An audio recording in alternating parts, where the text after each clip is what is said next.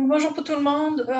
Pour cette semaine, dans le cours d'aujourd'hui, on va faire tout ce qui est cryptologie, cryptographie symétrique, enfin cryptographie non pas symétrique, mais plutôt euh, classique. Et ensuite, probablement qu'on passera à la cryptographie symétrique. Et par la suite, dans un prochain cours, enfin, je ne suis pas en train de dire tout ce qu'on va faire durant ce cours d'aujourd'hui, mais durant les cours relatifs à la cryptologie. On passera à la cryptographie asymétrique.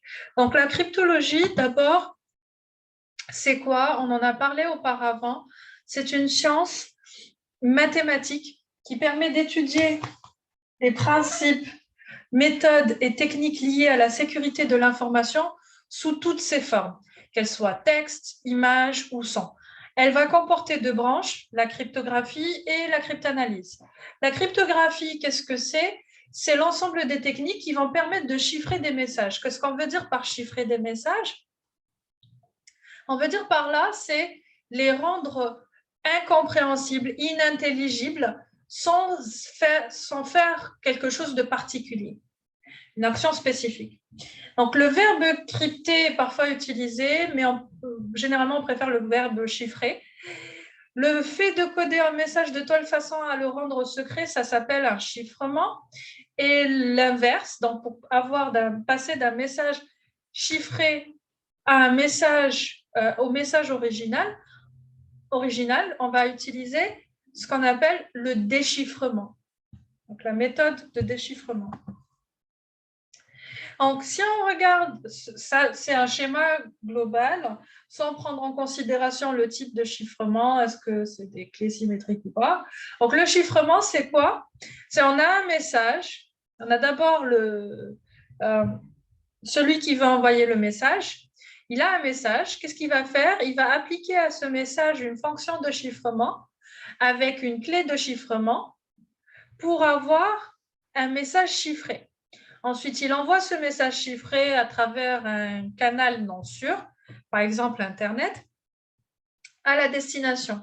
Arrivé auprès de la destination, qu'est-ce que la destination va faire? Elle va déchiffrer le message chiffré en utilisant une clé de déchiffrement. Maintenant, on va distinguer deux types de clés. Les clés asymétriques, là, dans ce cas-là, la clé de chiffrement et la clé de déchiffrement est la même, où la clé de déchiffrement peut être déduite de la clé de chiffrement et vice-versa, facilement, ou des clés asymétriques. Et là, la clé de chiffrement et la clé de déchiffrement sont différentes.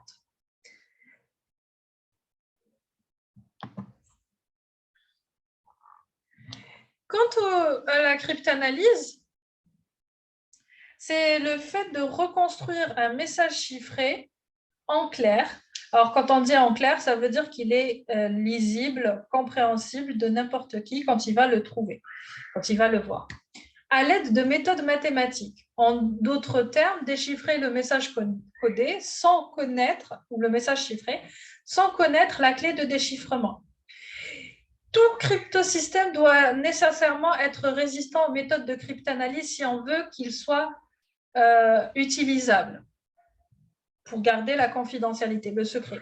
Alors, lorsqu'une méthode de cryptanalyse permet de déchiffrer un message chiffré à l'aide d'un cryptosystème, on dit alors que l'algorithme de chiffrement a été cassé. On va distinguer généralement 4 méthodes de cryptanalyse. On a les attaques sur texte chiffré seulement, qui consistent à retrouver la clé de déchiffrement à partir d'un ou plusieurs textes chiffrés. On a les attaques sur texte clair connu. Là, on va essayer de retrouver la clé de déchiffrement à partir d'un ou plusieurs textes chiffrés dont on connaît le texte clair qui lui correspond. On a les attaques sur texte clair choisi. Donc, on va choisir des textes clairs qui vont apporter plus d'informations sur la clé. Et le but étant de retrouver la clé de déchiffrement. Bien sûr, on connaît les textes clairs et on connaît les textes chiffrés de ces textes clairs. Le but étant de retrouver la clé de déchiffrement. On va pouvoir faire chiffrer ce que l'on veut par la méthode de chiffrement et voir ce que ça donne, ce que ça produit. On a les attaques sur texte chiffré choisi. Donc, au lieu de choisir des textes clairs, on va choisir des textes chiffrés pour lesquels il connaît le texte clair qui lui correspond. Et ce dernier va aussi principalement être utilisé contre les systèmes à clé publique, donc les systèmes asymétriques. On va voir, on a vu grosso modo ce que c'est qu'un système à clé publique ou bien clé asymétrique. On va le voir un peu plus en détail par la suite. Si on parle d'un cryptosystème, en fait, un cryptosystème est un système cryptographique qui va être composé d'un algorithme de chiffrement, d'un algorithme de déchiffrement, de l'espace des clés possibles et du protocole qui permet des protocoles qui permettent à l'algorithme de fonctionner. Alors, si on prend l'exemple, c'est le même exemple que tout à l'heure, mais on a finalement les termes message clair ou plain text. C'est le message que Alice veut envoyer à Bob.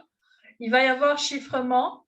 Une fois que le chiffrement a été effectué, on a comme résultat Y, c'est ce qu'on appelle le texte chiffré ou le cryptogramme ou le ciphertext, qui est envoyé à Bob.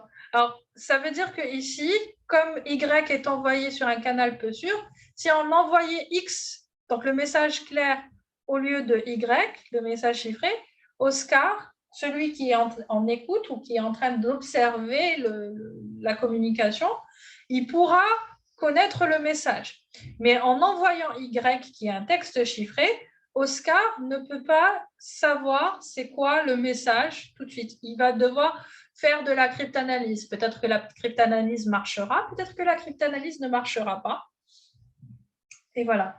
Ensuite, quand Y va arriver chez Bob, il va y avoir déchiffrement et Bob va retrouver X après le déchiffrement.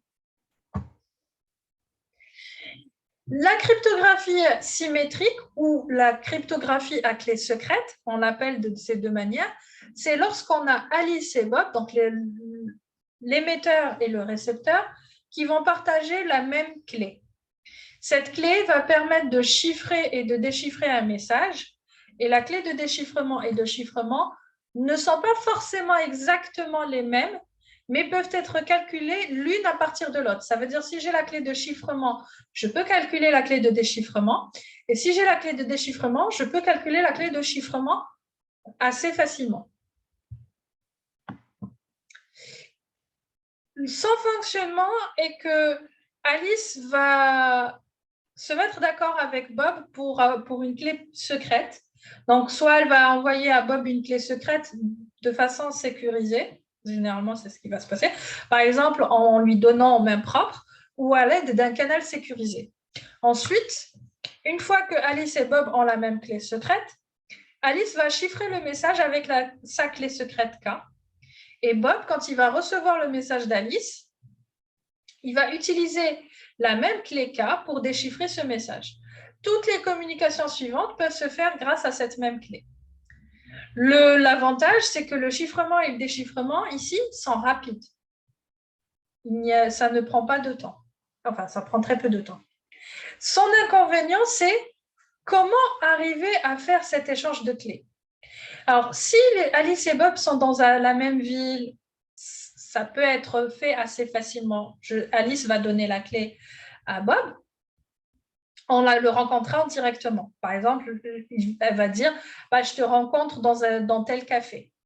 Ou bien je vais lui dire on se voit à l'université à telle heure, à telle date, et on fera l'échange de clés.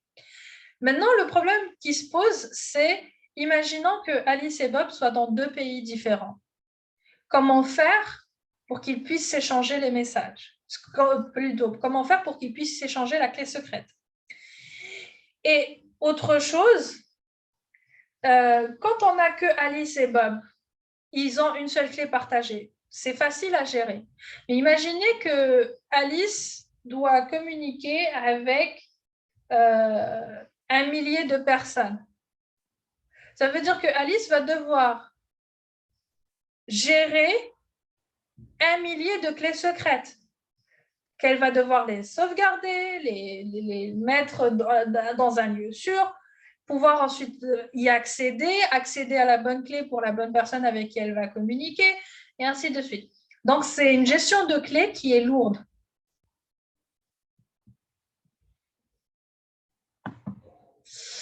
Et finalement, par la suite, donc historiquement, le premier type de cryptographie qui est apparu, qui a été utilisé, c'est la cryptographie symétrique ou des types de cryptographie symétrique.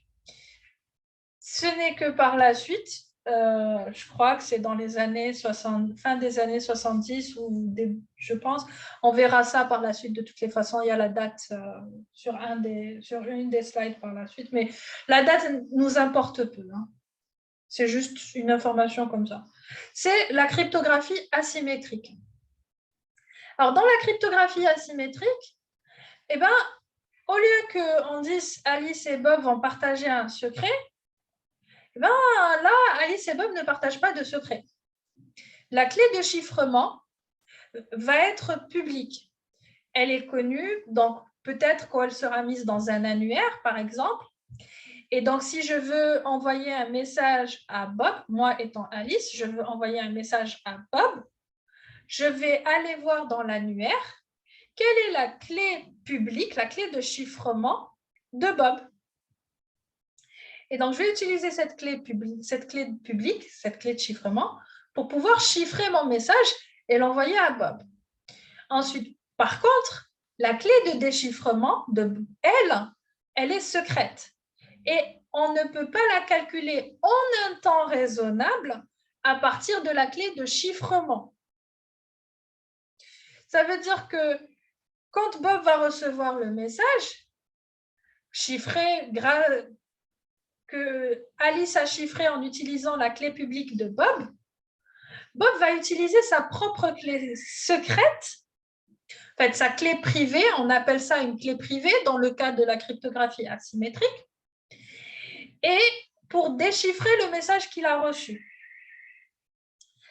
Donc, ça veut dire que ici, dans ce type de cryptographie, dans la cryptographie asymétrique, chaque individu va avoir une paire de clés.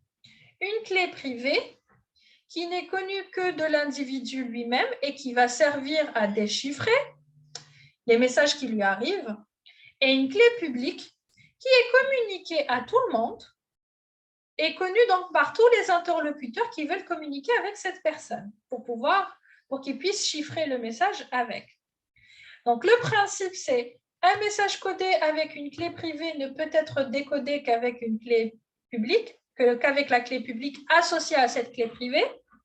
Et un message codé avec une clé publique ne peut être décodé qu'avec la clé privée associée. La clé publique donnée ne peut être associée qu'à une seule clé privée. Donc, plusieurs clés privées différentes ne peuvent avoir la même clé publique comme complémentaire.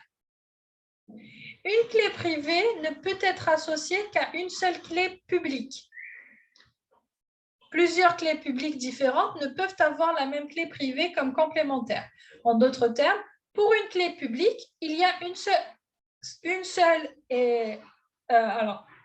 et même clé privée, et pour une clé privée, il n'y a qu'une seule clé publique. Voilà. Le problème consistant à se communiquer la clé de déchiffrement n'existe plus. Donc, dans la cryptographie symétrique, le gros problème,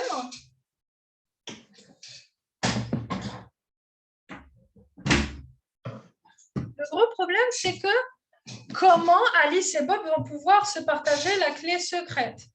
Ici, il n'y a plus ce problème-là, puisque de toutes les façons, la clé de chiffrement, elle est publique.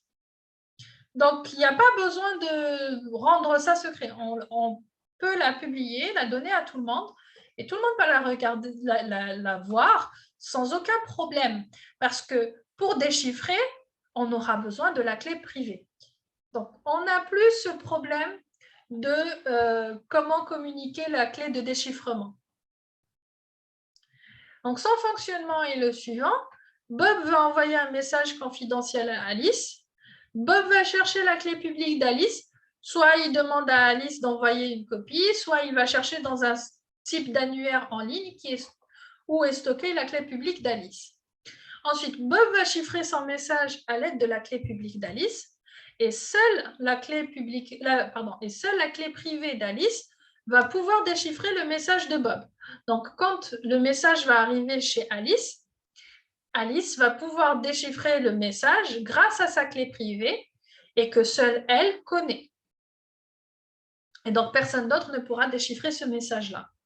L'avantage, c'est qu'un message qui est chiffré avec une clé publique ne peut être déchiffré avec cette même clé. Il a besoin de la clé privée.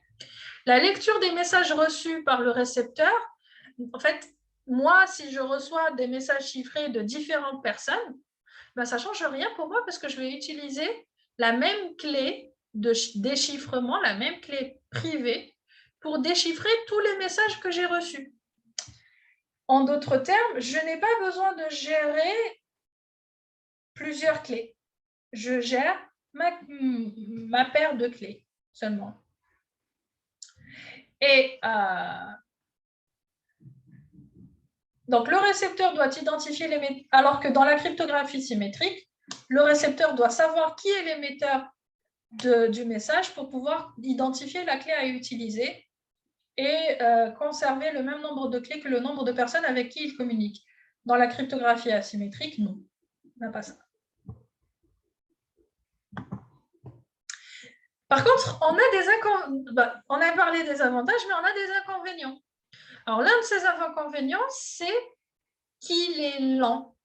Donc, la lenteur de son utilisation et bien sûr, il consomme beaucoup plus de puissance de calcul que les algorithmes à clé secrète. Parce qu'il va utiliser des choses beaucoup plus compliquées des instructions qui demandent plus de temps de calcul que les algorithmes à clé secrète. Les cryptosystèmes à clé publique sont vulnérables aux attaques à texte clair choisi, puisqu'on connaît la clé publique de l'expéditeur, on va pouvoir chiffrer tous les textes clairs qu'on veut et on va pouvoir ensuite faire une cryptanalyse dessus. Donc, jusqu'à essayer de retrouver le même... Donc, on va tenter de chiffrer tous les messages en clair possible jusqu'à retrouver le même chiffrement. Donc, si le texte est court, c'est facile. Si le texte est lent, il pourra essayer de chiffrer des morceaux de texte en clair, puis essayer de voir s'il trouve des ressemblances avec le texte intégral chiffré. Cette attaque est parfois très efficace car savoir que ce n'est pas tel texte qui a été chiffré peut parfois aussi être utile. Ce problème ne se pose pas avec le cryptosystème à clé secrète car l'attaquant ne connaît pas la clé de chiffrement puisque la clé de chiffrement et la clé de déchiffrement sont les mêmes. Pour un niveau de sécurité équivalent, les clés, donc équivalent aux cryptographies symétriques, les clés doivent être beaucoup plus longues. Donc, dans un cryptosystème, pour la cryptographie symétrique, imaginons qu'on dise on a besoin d'une clé de taille, par exemple, 128 bits. Pour avoir le même niveau de sécurité dans une cryptographie asymétrique, alors ça va dépendre des algorithmes de chiffrement. Hein. Je suis en train de donner des exemples qui ne se basent pas sur des réels. Donc, ce n'est pas 128 bits pour cet algorithme, c'est égal à temps dans cet algorithme. Hein. C'est des approximations. Donc, ce serait peut-être 1024 bits pour un algorithme asymétrique, pour avoir le même niveau de sécurité qu'un algorithme symétrique qui utilise une clé secrète de 128 bits. C'est un exemple. Si le chiffrement asymétrique permet de se prémunir des écoutes passives, la transmission initiale de la clé publique sur un canal non sécurisé expose à des attaques de l'homme du milieu. Donc, pour se prémunir contre ce risque, on fait généralement appel à une infrastructure à clé publique. On va voir ce que c'est qu'une infrastructure à clé publique bien plus tard au courant du semestre. Mais pour le moment, dites-vous que c'est comme si c'était un annuaire qui était émis par quelqu'un de confiance. Voilà. Donc, une fois qu'on a vu les généralités sur la cryptologie, cryptographie, cryptanalyse, cryptographie asymétrique, symétrique, on va voir la cryptographie classique. Alors, la cryptographie classique, c'est finalement, ici, on va faire un tour d'horizon de tout ce qui était cryptographie utilisée jusqu'à la Deuxième Guerre mondiale.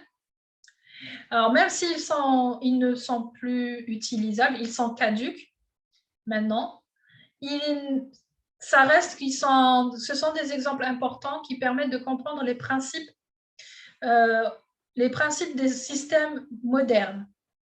Alors, grand M, c'est l'ensemble des messages clairs. Grand C, c'est l'ensemble des messages chiffrés. Et grand K, c'est l'ensemble des clés possibles. On va commencer par le chiffrement par décalage.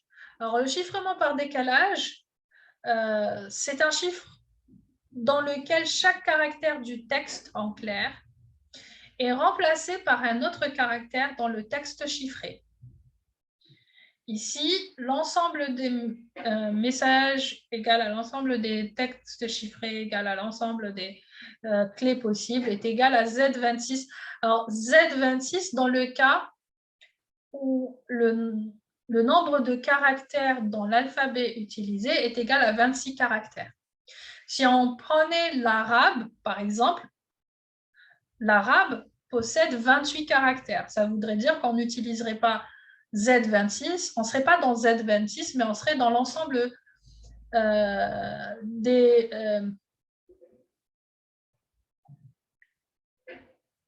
l'ensemble Z28. Voilà. Donc,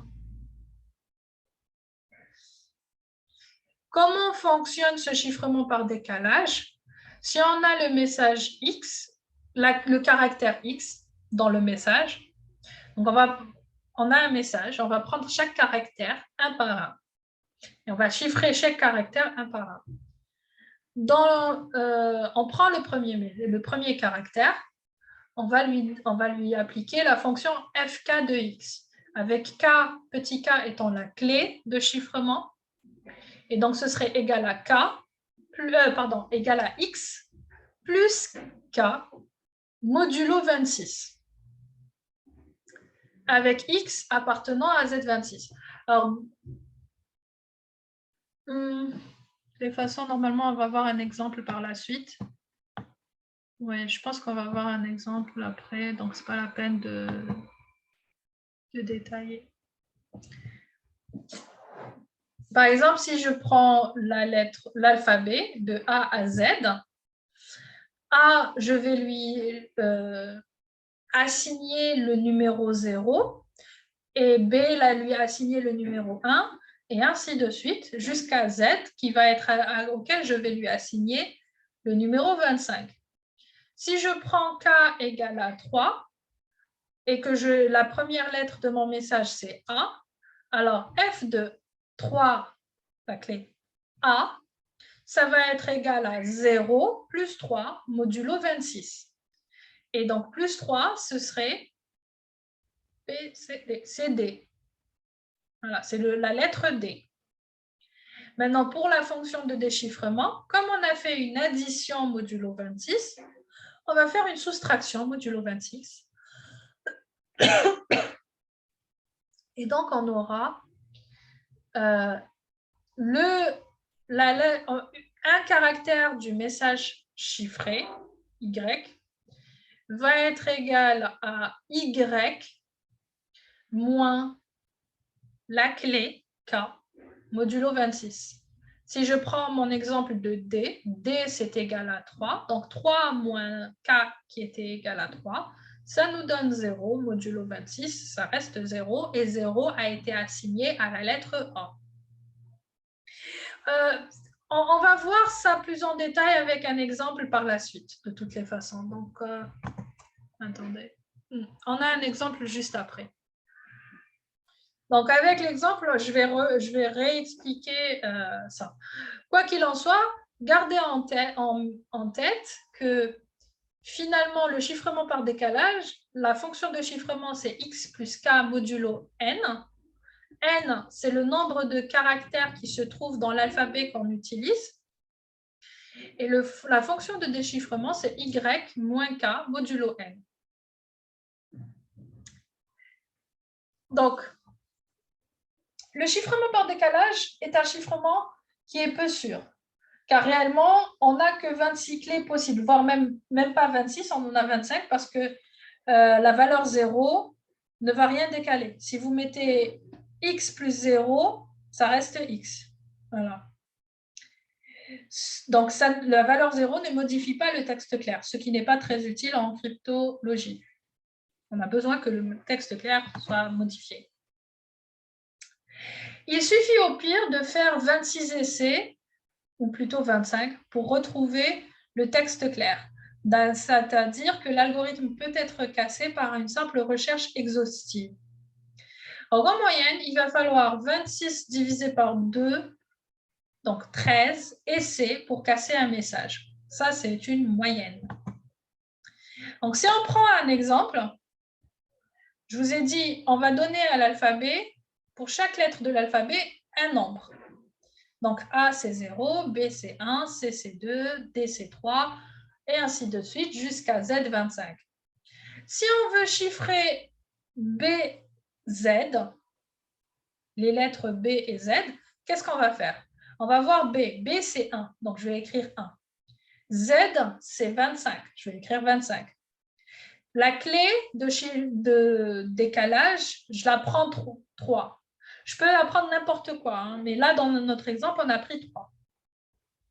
Donc, pour chiffrer, ça veut dire quoi? Je vais rajouter 3 à ces deux chiffres. Donc, 1 plus 3, 4, et 25 plus 3, 28. Une fois qu'on a fait ça, on va faire modulo 26. Donc, 4 modulo 26, ça reste 4, mais 28 modulo 26, c'est 2. Donc, le reste de la division de 28 par 26, ça nous donne 2. Et ensuite, on va reconvertir ces chiffres-là en lettres. 4, c'est E, et 2, c'est C. Donc, le texte chiffré pour BZ avec la clé 3, c'est EC, avec un chiffrement par décalage.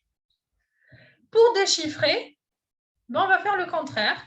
On va prendre EC, EC4, CC2.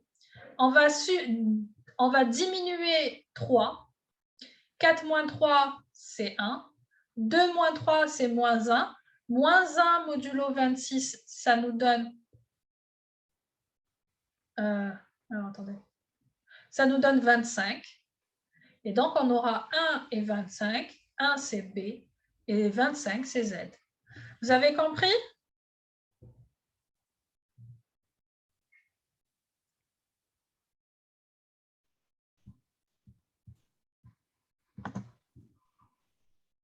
Mademoiselle, est-ce que vous avez compris? Alors, 28, on a eu le 2 comme étant 28 modulo 26. Alors, pour rappel, le modulo, c'est le reste de la division d'un nombre par un autre nombre. Donc, ce serait le reste de la division de 28 par 26. 28 divisé par 26, ça nous donne 1. Et il reste 2. Voilà comme on a eu 2. C'est bon? Ok, parfait. On continue.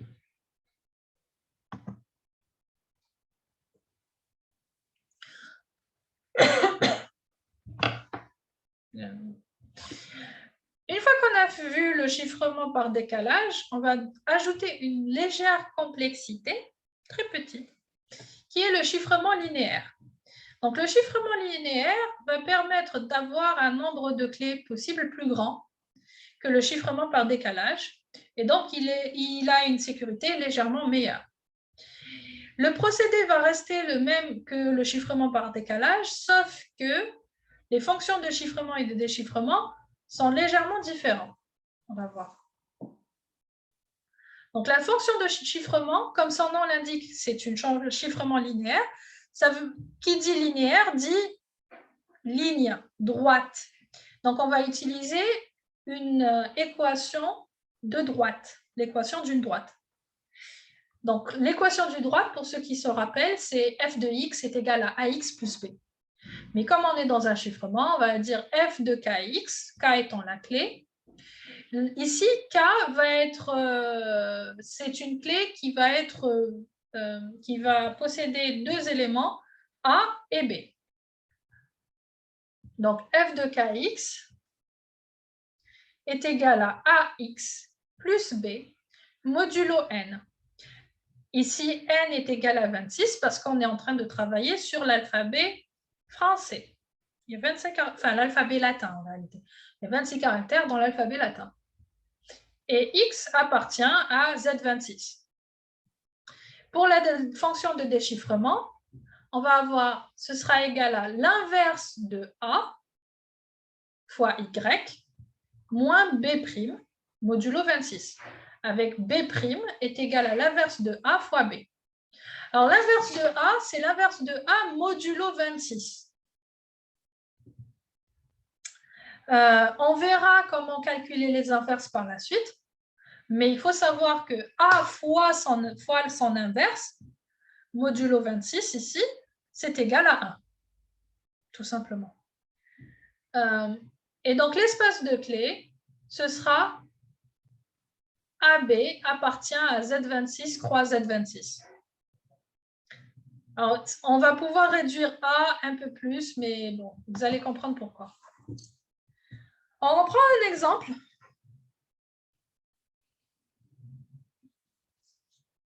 Prenons l'exemple de la clé K est égale à 7, 3. Ça veut dire que f de x est égal à 7x plus 3 modulo 26. On connaît la table de multiplication de Z26. Bon, on ne va pas la voir, mais je vous donne les résultats. En fait, 1 fois 1, c'était modulo 26, c'est 1. Donc, l'inverse de 1, c'est égal à 1. 3 fois 9, c'est égal à 27. Modulo 26, c'est 1. Donc, l'inverse de 3, c'est 9. Et donc, aussi, l'inverse de 9, c'est 3. Et c'est comme ça que les autres ont été calculés. L'inverse de 5, c'est modulo 26, c'est 21. L'inverse de 7, modulo 26, c'est 15. L'inverse de 11, modulo 26, c'est 19. L'inverse de 17, modulo 26, c'est 23. Et l'inverse de 25, modulo 26, c'est 25. Nous, ce qu'on a, les clés qu'on a, c'est 7, 3. Donc, l'inverse de 7, c'est 15. Ça veut dire que